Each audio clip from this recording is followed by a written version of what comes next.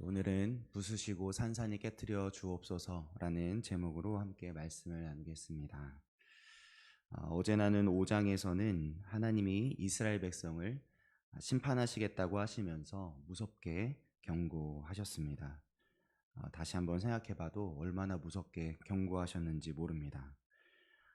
잠깐 함께 볼까요? 에스겔 5장 8절부터 9절까지 다시 한번 읽어보도록 하겠습니다. 에스겔 5장 8절부터 9절까지 함께 읽겠습니다.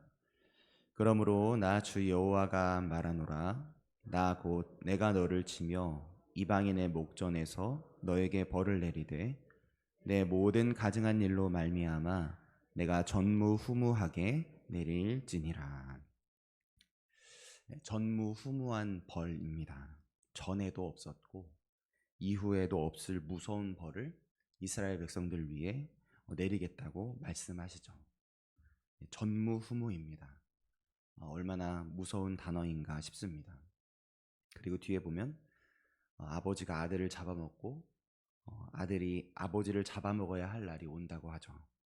3분의 1은 전염병으로, 3분의 1은 칼로, 3분의 1은 흩어짐으로 심판하시겠다고 하십니다.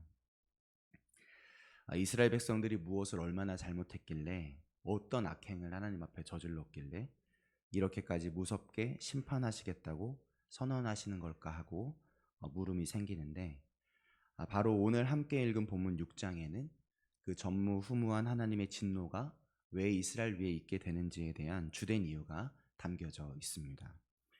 오늘 본문 6장 3절부터 6절까지 같이 한번 읽으면서 이스라엘 백성이 거역한 것이 무엇인지, 무엇 때문에 이 무서운 진노가 있게 된 것인지를 한번 확인해 보도록 하겠습니다. 오늘 본문 6장 3절부터 6절까지 함께 읽겠습니다. 이르기를 이스라엘 산들아 주 여호와의 말씀을 들으라. 주 여호와께서 산과 언덕과 시내와 골짜기를 향하여 이같이 말씀하시기를 나 곧 내가 칼이 너희에게 임하게 하여 너희 산당을 멸하리니 너희 제단들이 황폐하고 분향 제단들이 깨뜨러질 것이며 너희가 죽임을 당하여 너희 우상 앞에 엎드러지게 할 것이라. 이스라엘 자손의 시체를 그 우상 앞에 두며 너희 해골을 너희 제단 사방에 흩으리라.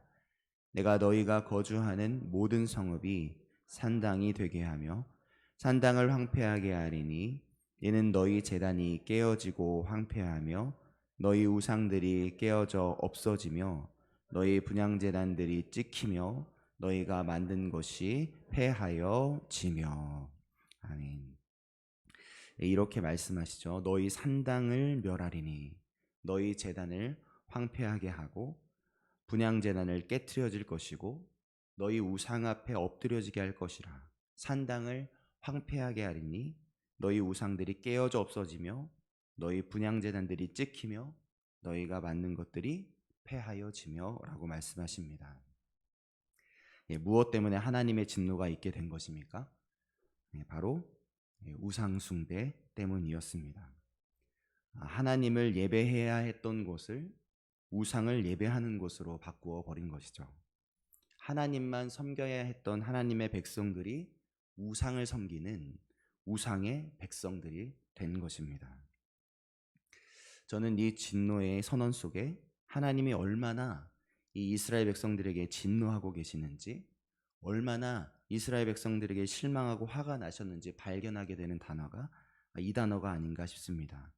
너희 산당, 너희 제단, 너희 우상, 너희 우상. 여러분, 원래 이스라엘 백성들이 누구입니까? 하나님이 지키시고 보호하시는 하나님의 백성들이지 않습니까? 그렇다면 하나님이 기뻐서 나의 예배당, 나의 제단, 그리고 너의 하나님, 나의 백성이라고 부르셔야 할 텐데, 오늘 하나님은 그들에게 이렇게 말씀하시는 거죠. 너희 산당, 너희 제단, 너희 우상, 우상의 백성이라고 말씀하십니다. 나의 하나님, 우리의 하나님, 그 하나님을 잊고선, 그 하나님을 멀리하고선 하나님을 거부하고선 이제 하나님 말고 우상을 찾아서 우상을 섬기고 예배하고 있는 것이죠. 나의 하나님이 아니라 나의 우상님, 우리의 우상님을 예배하고 있는 모습입니다. 그러니 하나님의 백성이 우상의 백성으로 살고 있으니 어떻게 하나님이 진노하지 않으실 수가 있었겠습니까? 하나님이 모세를 통해 이스라엘 백성들에게 십계명을 주실 때도 그 마음을, 그 걱정을 가득히 담으셨죠. 그래서 10가지 계명 중에 첫 번째와 두 번째 계명이 우상 숭배에 대한 경고의 말씀을 담아 주셨습니다. 출애굽기 20장 3절부터 5절 제가 전반절까지 읽어보겠습니다. 너는 나 외에는 다른 신들을 내게 두지 말라. 너를 위하여 새긴 우상을 만들지 말고 또 위로 하늘에 있는 것이나 아래로 땅에 있는 것이나 땅 아래 물속에 있는 것에 어떤 현상도 만들지 말며 그것들에게 절하지 말며 그것들을 섬기지 말라. 십계명의 처음이죠. 그런데 이 출애굽기 십계명에 주신 이 말씀 속에서 우리가 놓지 말아야 할 말씀을 이어서 바로 해주시는데 그 말씀이 바로 이 말씀입니다. 나 내 하나님 여호와는 질투하는 하나님인즉. 하나님이 스스로를 어떤 하나님이라고 말씀하십니까? 질투하시는 하나님이라고 하시죠. 하나님도 질투하시는구나 라면서 그냥 쓱 넘겨버리면 안 되는 거죠. 여러분, 질투에는 두 가지 질투가 있습니다. 첫 번째는 의롭기 때문에, 거룩하기 때문에, 진정으로 사랑하기 때문에 하는 질투가 있는 것이고, 두 번째는 불의하여서, 약하여서, 내가 불안정하여서 하는 질투가 있죠. 우리가 생각하는 질투는 보통 두 번째 의미의 질투죠. 그래서 이렇게 말하는 거죠. 어머, 너 질투하니? 아유, 뭐 그런 걸 가지고 질투해 라고 쉽게 말할 수 있는 질투입니다. 우리들이 불의하고 약하고 불안정하기 때문에 하는 질투, 즉 하지 말아야 할 질투이죠. 그러나 하나님의 질투는 그와 본질적으로 완전히 다른 질투인 겁니다. 하나님의 질투는 약하고 불안정해서가 아니라 반대로 의롭기 때문에, 거룩하기 때문에 하시는 질투이죠. 쉽게 말해서 우리를 진정으로 사랑하기 때문에 일어나는 당연하고 의롭고 거룩한 질투인 것입니다. 여러분, 나와 상관없는 일하면, 내가 사랑하지 않는 일하면 그가 어떻게 살든 상관하지 않겠죠. 그러나 내가 진정으로 사랑하는 사람이라면, 사랑하는 일하면 어떻겠습니까? 그를 위한 기도가 오늘 안 나오고 백이겠습니까?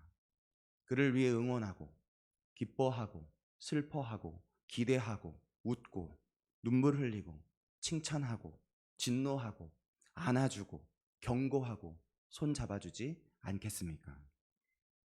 마찬가지입니다. 하나님이 우상 숭배에 빠진 당신들의 백성을 보고서도 우상 숭배하네? 그렇구나. 그렇구나. 근데 그게 왜? 그게 뭐? 라고 말씀하신다면 어떻겠습니까?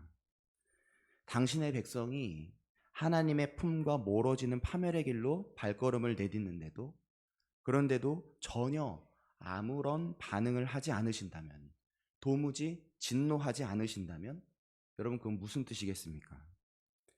만약 하나님이 그렇게 하신다면 그건 하나님이 이스라엘 백성들을 정말로 당신이 사랑하시는 백성으로 여긴 적이 없으시다는 의미와 같은 뜻일 것입니다.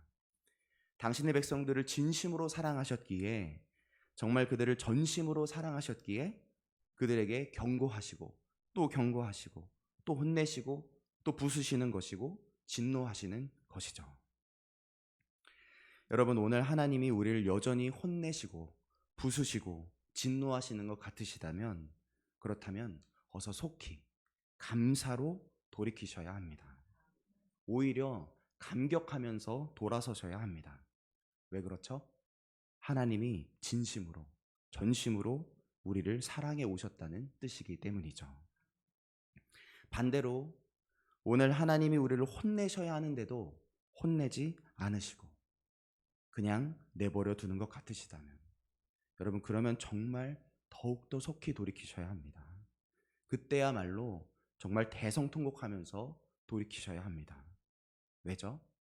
하나님이 정말 끝까지 돌이키지 않는 우리를 내버려 두시기로 작정하셨다는 무서운 사인일 수도 있는 것이기 때문이죠.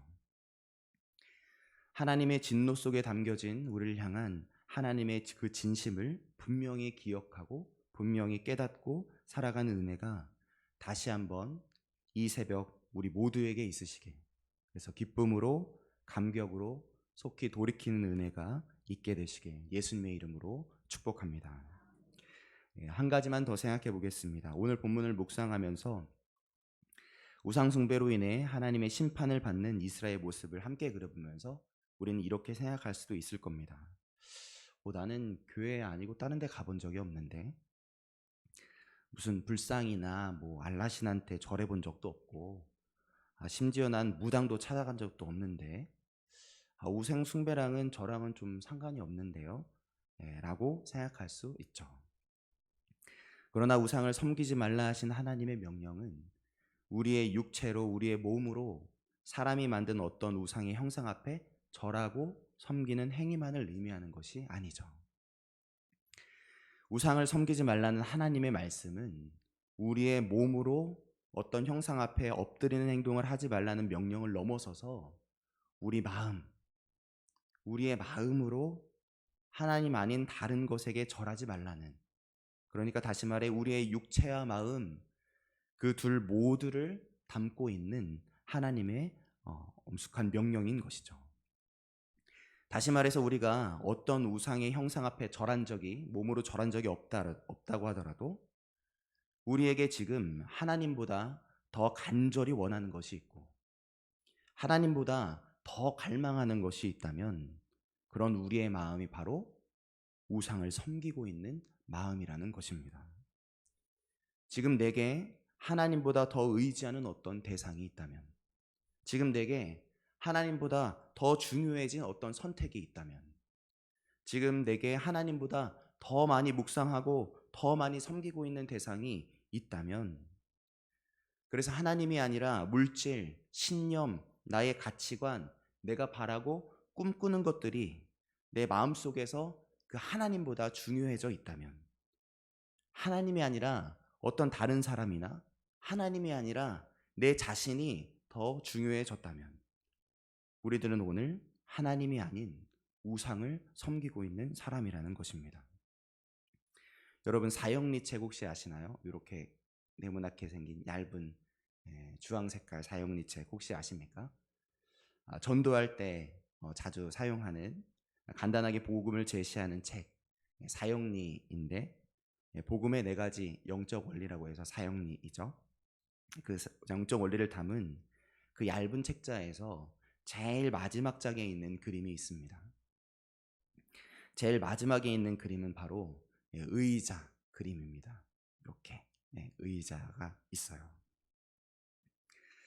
여기 그려진 의자는 내 마음속의 의자를 표현하는 것입니다.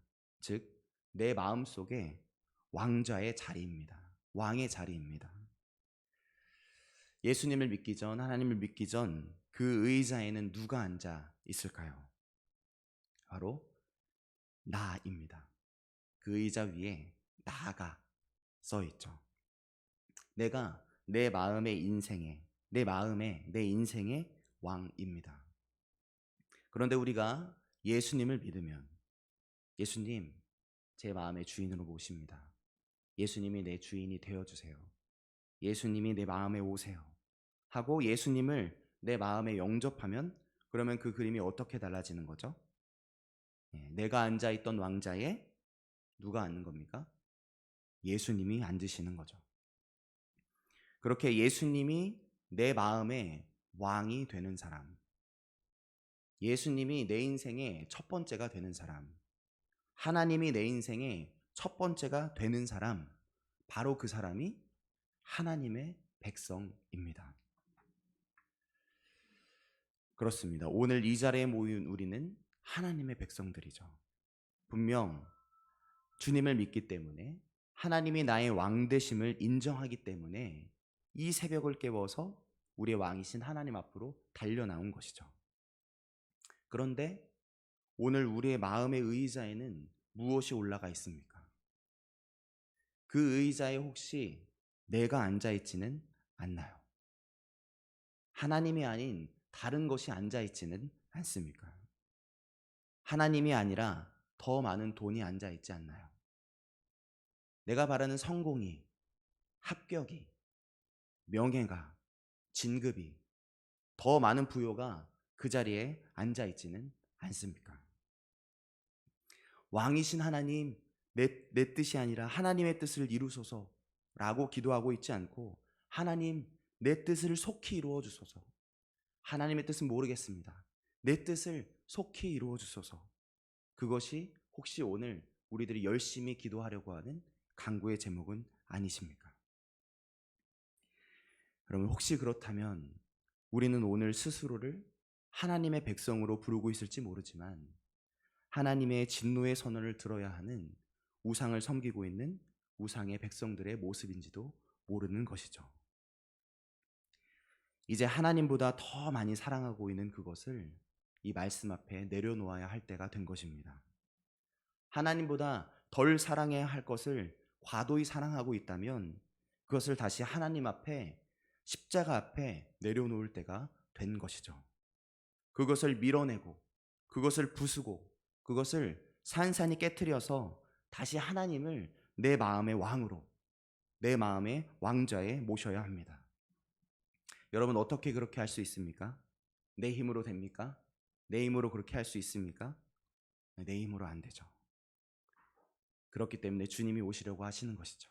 그렇기 때문에 우리 마음속에 주님이 임하시려고 하시는 거죠. 그렇기 때문에 성령 하나님께서 우리를 도우려고 하시는 거죠. 그러므로 우리는 하나님께 맡겨드리면 됩니다. 하나님께 맡겨드릴 때, 정말 전심으로 하나님께 맡겨드리려 할 때, 하나님의 손에 다시 내 인생을, 내 결정을, 내 문제를, 내 욕심을, 내 소원을 하나님의 손에 내어드리고 하나님께서 부셔달라고, 하나님께서 깨트려달라고, 하나님께서 다시 밀어내달라고, 결국 하나님이 다시 나의 왕이 되시도록 하나님께 전심으로, 진심으로 맡겨드리면 그제야 되는 것이죠.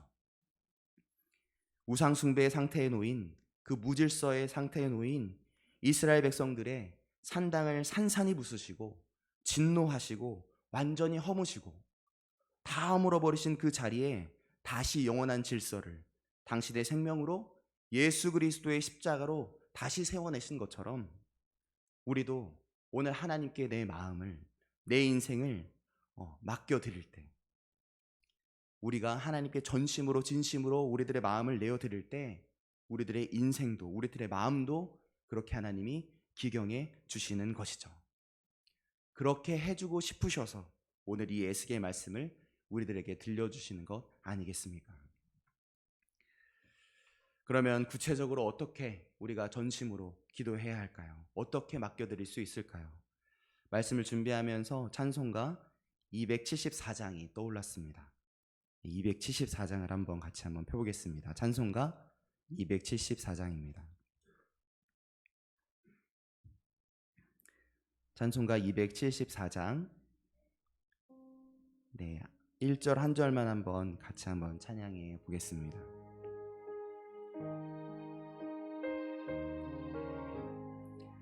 나의 간고 죄뿐이니 주 예수께 비옵기는 나의 몸과 나의 마음을 깨끗하게 하옵소서. 물 가지고 날 씻든지 불 가지고 태우든지 내 안과 밖 다 닦으사 내 모든 죄 멸하. 한 번 더 찬양하겠습니다. 나 행한 것 죄뿐이니 주 예수께 비옵기는 나의 몸과 나의 마음을 깨끗하게 하옵소서.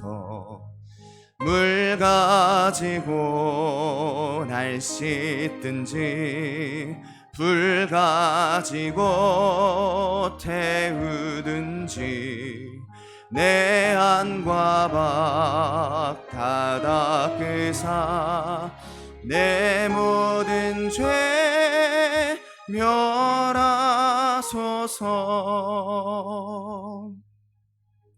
여러분, 오늘 이렇게 고백하시겠습니까? 이렇게 고백하실 수 있으시겠습니까? 정말 전심으로 진심으로 이렇게 고백하시겠습니까? 물 가지고 나를 씻기시든지 불로 날 태우시든지 내 안과 밖을 다 닦으셔서 내 안에 왕자에 앉은 우상들을 다 멸하시고 다시 하나님의 백성답게 우리를 세우소서 라는 고백으로 오늘 함께 주님 앞으로 나아가시겠습니까? 네, 오늘 그 마음이, 오늘 이 찬양이 우리들의 마음을 가득 담아 하나님께 드리는 우리들의 회개의 고백이 되시길, 그래서 하나님이 내 마음속에 있는 우상들을 산산이 부수시고 깨트려 주셔서 다시 내 마음의 왕자에 우리 하나님이 앉으시는 놀라운 역사가 오늘 이 예배의 자리에 모인 우리 한 사람 한 사람 모두에게 있으시길 예수님의 이름으로 축복합니다. 아멘. 기도하시겠습니다.